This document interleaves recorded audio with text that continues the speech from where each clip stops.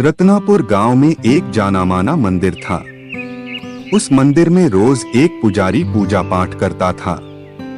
उस पुजारी के पास अपना एक भालू था, जिसे वो अपने साथ रोज मंदिर लेकर जाता था।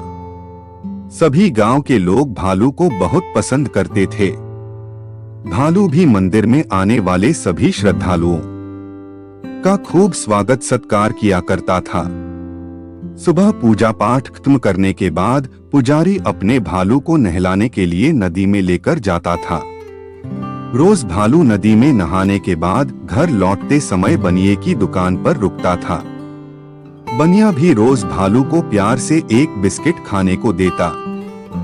भालू बिस्किट खाने के बाद अपने दोनों हाथों से बनिए को नमस्ते करके पुजारी के साथ घर चला जाता था। ये सब भालू और पुजारी की रोजमर्रा की जिंदगी का एक हिस्सा था।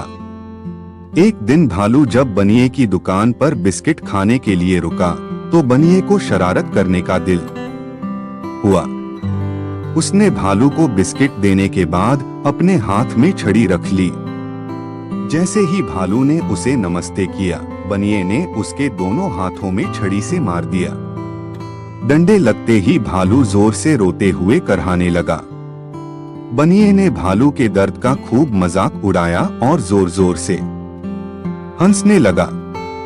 पुजारी को पता नहीं चला कि क्या हुआ। वो भालू को सहलाते हुए अपने घर लेकर चला गया। अगले दिन बनिया अपनी दुकान में बैठकर ग्राहक को सामान दे रहा था। जैसे ही भालू ने बनिए को देखा, उसको कल जो हुआ उसको याद आ गया। भालू ने बनिए के हाथों में अपना पंजा मार दिया और उसका सारा सामान गिरा दिया, जिससे बनिया दर्द से कराहने लगा। उसका सारा सामान भी खराब हो गया।